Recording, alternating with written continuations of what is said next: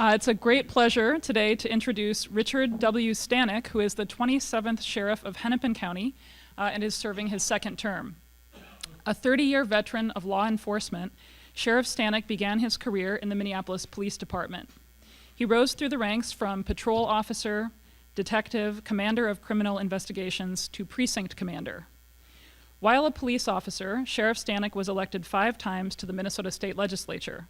In 2003, the governor appointed him Commissioner of Public Safety and Director of Homeland Security for Minnesota. Sheriff Stanek currently serves in leadership positions with several national organizations and on several national boards. For the National Sheriff's Association, he serves on the Executive Committee and he chairs the Homeland Security Committee. For the Director of National Intelligence, he serves with 2 groups, the Joint Counterterrorism Assessment Team and the Homeland Security Law Enforcement Advisory Board. He is a member of the Criminal Intelligence Coordinating Council. It is a group that advises the U.S. Attorneys General on criminal justice issues. Sheriff Stanek earned a criminal justice degree from the University of Minnesota and a master's degree in public administration from Hamline University. Please join me in welcoming Sheriff Stanek.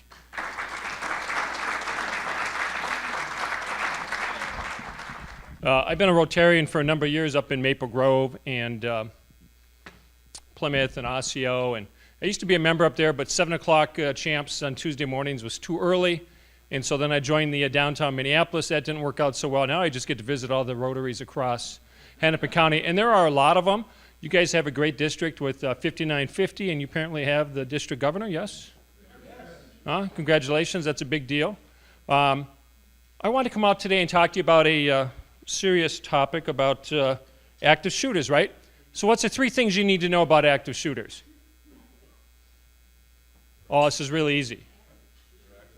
Yeah, run, hide, fight, that's right. And you got to know which one goes in what sequence, right? Run, hide, fight. This is really easy. Look, first off, it's my pleasure to be here because you've got a great police chief out here, the men and women who work for Bloomington PD. They do a phenomenal job day in and day out. And they do it for the right reasons, right, Jeff? You absolutely do. You've got a number of pieces of critical infrastructure as well out here, which we are concerned about from a county-wide perspective. As the elected sheriff, my job is to look at public safety across our county from a holistic perspective. We cut across 45 different cities, 36 other law enforcement agencies besides Bloomington, 7 or 8 different federal law enforcement agencies, and about 1.3 million population just in Hennepin County, and then about 3.5 million if you incorporate the other 5 metro counties. So it is a big job, day in and day out. My job as the sheriff is to help our local law enforcement, firefighters, and EMS personnel train to a similar standard for a response to an incident like an active shooter. You know what an active shooter is? Right? This is what it is. According to the FBI definition, you have to kill at least 4 or more people, not including the shooter, and the intent has to be something other than some other crime in progress. I mean, you can't go into a store to rob it and then you end up killing a bunch of people in the store. That is not an active shooter. The active shooter comes to the location with specific purpose and intent in mind of doing a lot of damage, right? And we've seen a number of these in the headlines over the last several years, yes? Just in the last couple weeks, you've seen 2 of them, right? You saw one down in where's St. Louis? Kansas City, right? Where the individual killed 3 folks from Jewish different community centers. And then you saw the young man. Does it always have to be a gun that you use in these? And we say active shooters, but we fall into the same thing, right? Doesn't have to be a firearm. You saw the young man slash 20 plus people, correct? Just a couple weeks ago. And then before that, you saw Fort Hood again. After that, you saw another military installation. We know that about 40% of these happen in businesses. 40%. And all of you work or own local businesses, correct? Some of you in the private sector, many of you in the public sector. It really just depends. About another 23, 24, 25% happen in schools. How many of you are educators? Couple? Yeah? And then they happen in a whole host of variety of other places. Shopping malls, religious institutions.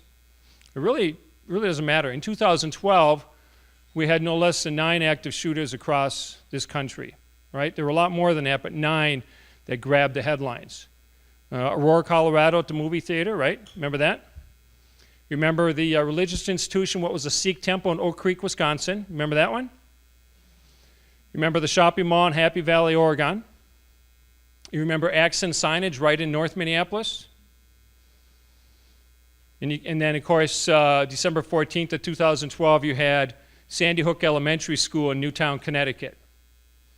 A number of these things happen, and you think about just those 4 or 5 different places I just named: a school, movie theater, religious institution, workplace, shopping mall, right? A lot of them are iconic. A lot of them are places that we go to each and every day. And so from a sheriff's office perspective, what we did working with local law enforcement is we provided that training, like I said, to a certain standard, because we know anytime there's an incident, whether it's out here in Bloomington, whether it's on the far north end out in Champlin, you get out to Rogers or Corcoran, Greenfield, Minneapolis, all points in between, you're going to get a multiple agency response, both from law enforcement, but also from fire and EMS. That's just the way it is. We work together every day on these things, every day. We train, exercise, and plan to a very high standard, hoping that it doesn't happen, but knowing full well we have these incidents across the country, and the Minneapolis metropolitan area is not immune by any means. And so we provide this standard of training, and all training is regional. All training is local. Jeff decides, Chief Potts decides on behalf of his agency and his fire and his EMS what works best for them, but he also knows that he's going to get assistance from the Sheriff's Office and Airport and Richfield and Edina, probably our federal partners, the FBI and others, when something happens, right? Okay, so one thing that was missing from the equation, though, was talking to Joe and Jane, average citizen like all of you.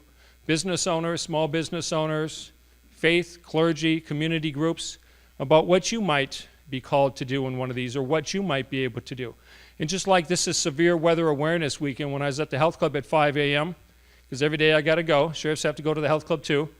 When I was there at 5 a.m., I watched a representative from the Department of Public Safety talking about Severe Weather Awareness Week. And General Kelly, Joe Kelly, the guy who runs HSCM, was talking about what could be in one of these preparation kits, right? Food, water, pair of tennis shoes, because you don't want to be walking barefoot on glass and debris, batteries, flashlight, etc.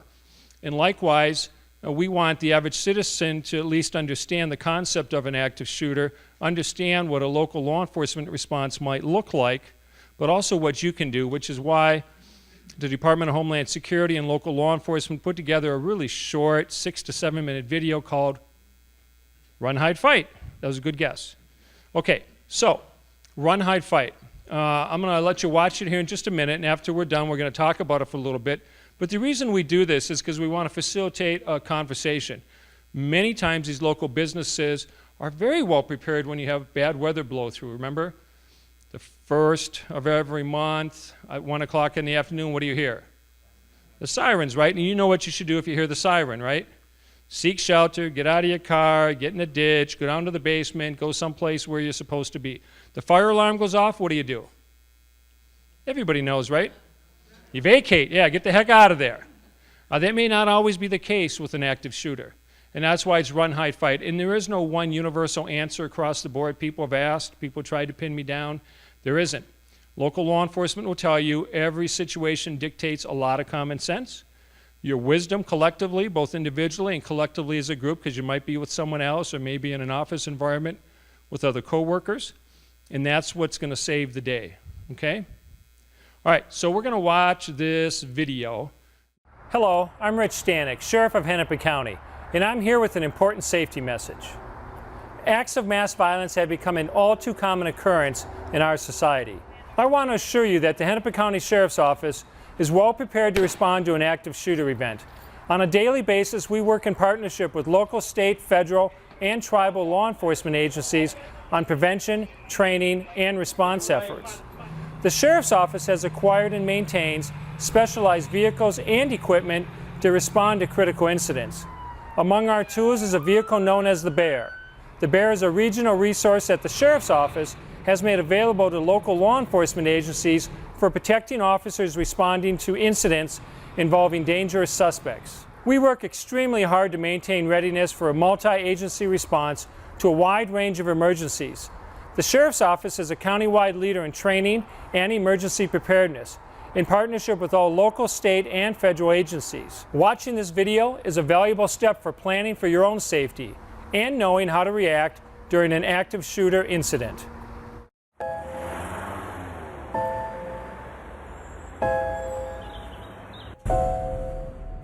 It may feel like just another day at the office, but occasionally, life feels more like an action movie than reality. The authorities are working hard to protect you and to protect our public spaces.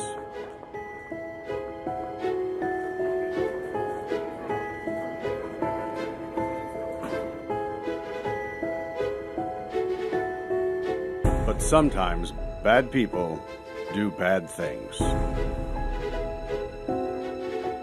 Their motivations are different. The warning signs may vary, but the devastating effects are the same. And unfortunately, you need to be prepared for the worst.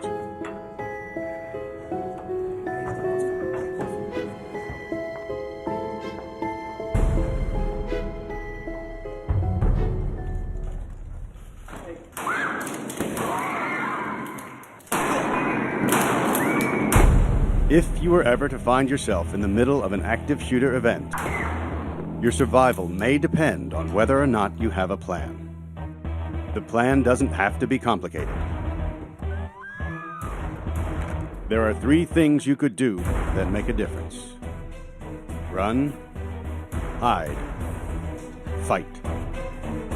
First and foremost, if you can get out, do. Always try and escape or evacuate, even when others insist on staying. Encourage others to leave with you, but don't let them slow you down with indecision.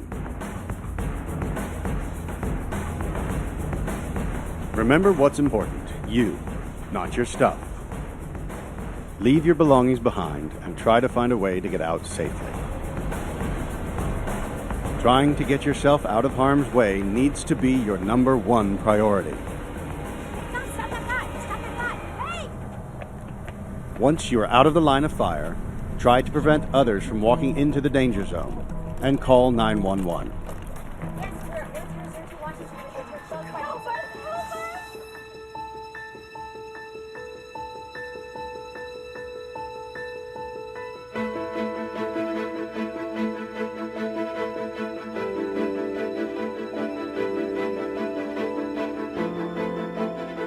If you can't get out safely, you need to find a place to hide.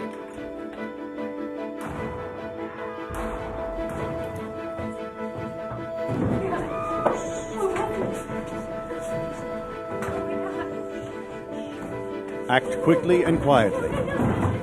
Try to secure your hiding place the best you can. Turn out lights, and if possible, remember to lock doors.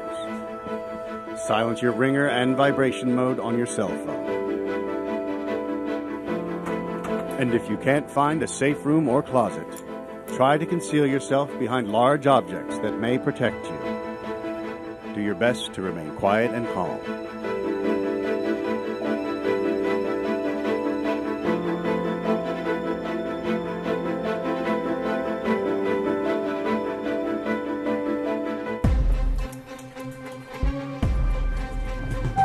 As a last resort, if your life is at risk, whether you are alone or working together as a group, fight.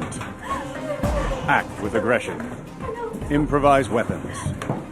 Disarm him. And commit to taking the shooter down, no matter what.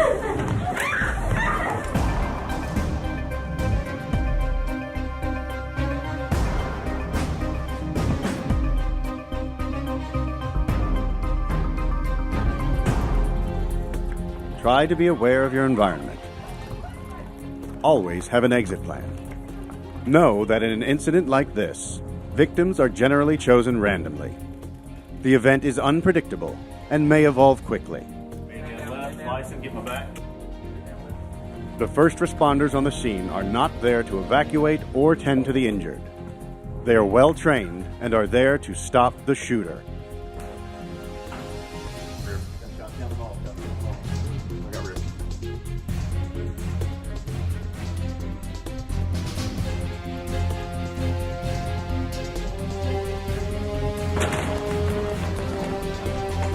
Your actions can make a difference for your safety and survival. Be aware and be prepared. And if you find yourself facing an active shooter, there are 3 key things you need to remember to survive.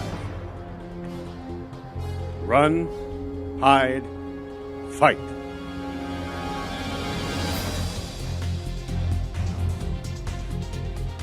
I urge you to review what you have learned in this presentation with your family, your colleagues, and your coworkers. Use this information to create an emergency action plan. Many businesses in our county have done so. And here's just one example. The Sheriff's Office has been a terrific resource in helping us plan out and in helping us map out our emergency preparedness plan. We're in the business of managing and leasing office space. We manage 500,000 square feet in Minneapolis. We have about 1,100 people that actually work or are employed in that building. And so we need a plan in place. I am proud of the work that the Sheriff's Office is doing with local businesses and schools, places of worship, and community groups to prepare for a critical incident such as an active shooter. We encourage all community partners and all residents, if you learn about a threat or witness a violent act, call 911 immediately to report your concerns. If you see something, say something. If you're uncertain if your tip is relevant, I encourage you to also call 911. Our dispatchers are trained to assist you. And for anonymous tips, text the keyword HCSO tip to 847-411, or you may install your HCSO tip smartphone app that easily allows you to provide our investigators with tip information. There's more information at www.hennepinsheriff.org. On behalf of the Hennepin County Sheriff's Office, thank you for your commitment and your partnership in improving public safety in our communities. Okay, what were the 3 things? Run, hide, fight. Real simple. Okay, so look, even though we're a countywide law enforcement agency, again, we have a number of other law enforcement agencies in the county. So if you have information, have a question, if you call 911, you will get a response either from our dispatch on behalf of the other 36 cities, or maybe Bloomington or Eden Prairie, or Richfield, or others who operate their own independent PSAPs. Either way, it's incumbent upon you to report it. So often when we go back and look at these mass shootings across the country, like in 2012, the 9 of them I took a look at fairly in depth, every single one of those afterwards went, you know what? Jane over there had some issues, right? Jane had a poor work performance, Jane wasn't doing so well, Jane had some issues in her personal life. The boyfriend said, you know, Jane hasn't been herself. Co-worker said Jane hasn't been herself. Maybe she was on the road for progressive discipline or termination. And so afterwards, all these independent resources come together and say, look, you know, we saw this happening, but nobody intervened at any point in time. Shame on us, right? We're better than that. We know how to get people help that they need, whether it's employee assistance programs through your work, maybe faith community in the churches, whatever it might be, or just being a good friend or partner and saying, hey, you know, what's going on? You don't want it to be the best kept secret. Secondly, and I always tell people, look, these cell phones are great, and how many of you in the room do not have a cell phone? Anybody? Right, and some of you have multiple cell phones, probably like the chief and I, right? Personal and professional. Look, these cell phones are great, but when you call 911 like you call from the Hilton here, you're going to get Bloomington Dispatch. Bloomington Dispatch may know through caller ID that it's Rich Stanek calling, but they're not going to know where Rich Stanek is. Okay? They simply won't. This is a big hotel. We can get pretty close through GPS, latitude and longitude, maybe within maybe several hundred meters, maybe closer. In greater Minnesota, that's usually not a problem. When you get to downtown Minneapolis, when you get to the Bloomington Strip, other parts of our county, that's a little bit of a problem, right? So when you call 911, you stay on the phone. You already know that your phone gets locked out. You can't get or make outgoing or take incoming phone calls when you dial 911, right? So that means you have to disconnect the phone line. We're asking you don't disconnect the phone line. Stay on the phone with the dispatchers. They will help you and talk you through it. There's a lot of information we can glean from that 911 phone call other than you being able to tell us where you are. and we need that information. Any questions about that? Yeah? Okay. Lastly is, again, I just wanted to have this conversation with you just real briefly because you can't do much in 30 minutes. But we have no pride of ownership or authorship for that video. It's on the Sheriff's YouTube channel. And so if you go to hennepinsheriff.org, you'll be able to pull that video off. You're welcome to show it to coworkers, friends, moms and dads, even your kids, right? It's something everybody should at least have some exposure about. The way Jeff and I and Shane train is we train all the time. And so then we rely on our training when it hits the fan. Likewise for you, if you've had this conversation, hopefully you remember some part of it. Run, hide, fight. No one universal answer, but there are things you can do. You do not want to be a victim at the end of the day. And sometimes you're fully capable and competent yourself, but maybe not so much for the person that you're with, a coworker, a partner, a spouse, maybe even your kids. Who wouldn't go to that extreme to save one of their kids, or their partner, or their spouse, or whatever it might be? Okay. Two things. One, Jeff talked about the prescription drug stuff. You're having a take-back day with the DEA. Kudos to you. That is a big deal. Last year in Hennepin County, the Sheriff's Office, in partnership with local law enforcement, took 10 tons of prescription pain pills and medicines off the street of Hennepin County. Unwanted, unused, expired medicines is what we want you to turn in that day. 19,500 pounds over the last 12 months. We have 6 permanent drop-off collection boxes around the county. We used to do the take-back days like he just described, but it got to be problematic in terms of personnel resource-wise.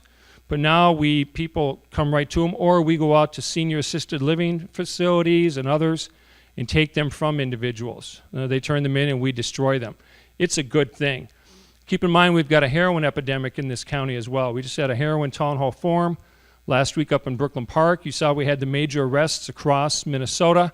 We participated, you participated, a number of other agencies participated.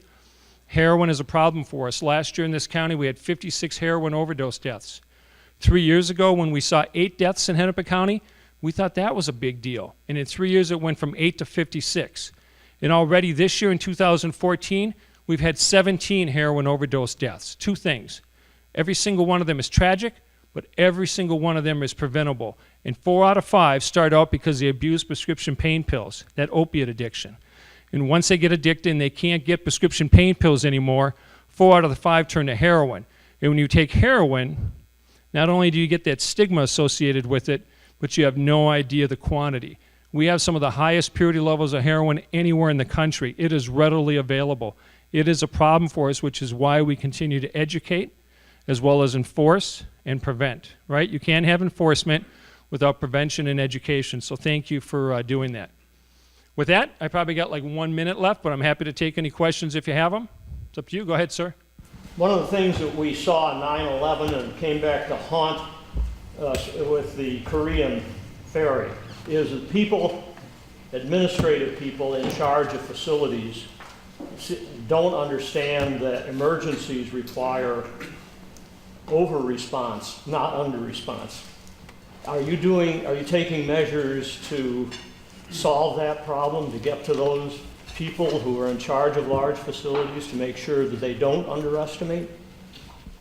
Yeah, that's a great question. We think that we train both with our critical infrastructure as well as our local business partners around this county to a large degree. Do we do the best we can? Absolutely. Could we do more? Sure. We have an event coming up this week, right, Jeff, on Wednesday. I think it's Wednesday, human sex trafficking, right? A couple years ago, people thought, well, no big deal. Nobody really even understood what human sex trafficking was, right? A couple individual words, and now you put them collectively together, and it has a whole new meaning for folks. But we know our young boys and young women and others are being trafficked in a very bad way. So this Wednesday at the Bloomington Convention and Visitors Bureau, 11:30, we're hosting a training session for the hospitality industry and others who want to join us. Jeff's going to do some intro comments. One of his officers or detectives is going to provide some training from a local perspective. We've got some people coming in to kind of tie it all together from a county-wide perspective of what individuals might be able to do. That's a good thing. We plan, we train, we exercise incessantly together, but we are only reflective of all of you, right? The residents of this county, whether it's in this city or the county as a whole, and we need to be responsive to what it is that you want and what you're doing. Go ahead, Jeff. You know, if I could just add on to the sheriff's comments there, Dave. Some folks know that we've kind of built a partnership with the chamber here in Bloomington, and a series called Business Matters, Safety Matters is the partnership with the chamber, and we've tried to communicate with the local, some 2,000 businesses in Bloomington, of which we've got good partnerships with about 800 now, for this very thing. We'll come to the business and help them build a crisis plan, and when we do that, they learn of what you're just talking about, how you do have to have a larger response than what some people might think, but it helps educate them on why that is.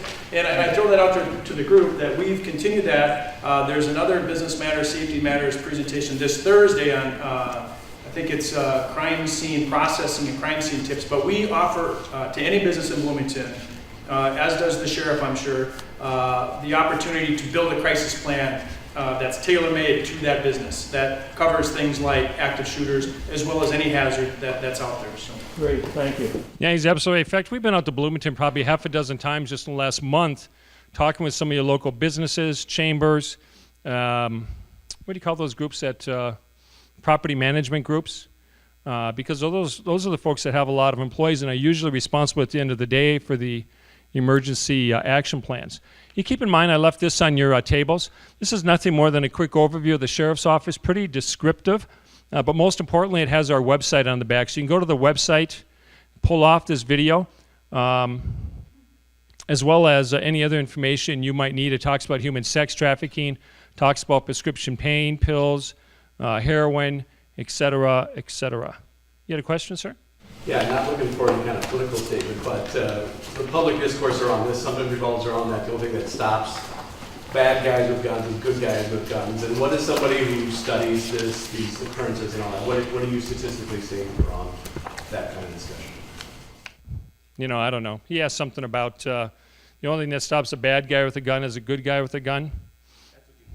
Well, 2 of one, 3 of another. You know, I mean, you get it across the board. As a sheriff, I'm not going to endorse one way or another. We issue a lot of gun permits in Hennepin County. There are about 25,000 residents of the county who have concealed carry permits. There are about 165,000 statewide.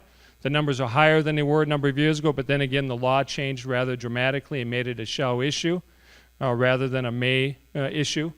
We don't see many problems with those who have concealed carry permits, but we have run into on occasion. Everybody has to take whatever precautions are necessary to protect themselves and their family. Neither me nor the chief nor anyone else in law enforcement will stand in your way, but understand you also have to be accountable for the actions. Just like up in Little Falls today, I think that jury trial started, right? Of the man who had the house and a couple kids broke into it. He shot and killed him in defense of his property, but that's for a jury to decide. And the jury of 12 peers will make that decision. And I suspect we'll be hearing a lot of this about in weeks to come. Okay, hey, thanks very much for having me here this afternoon. Thanks, Joe.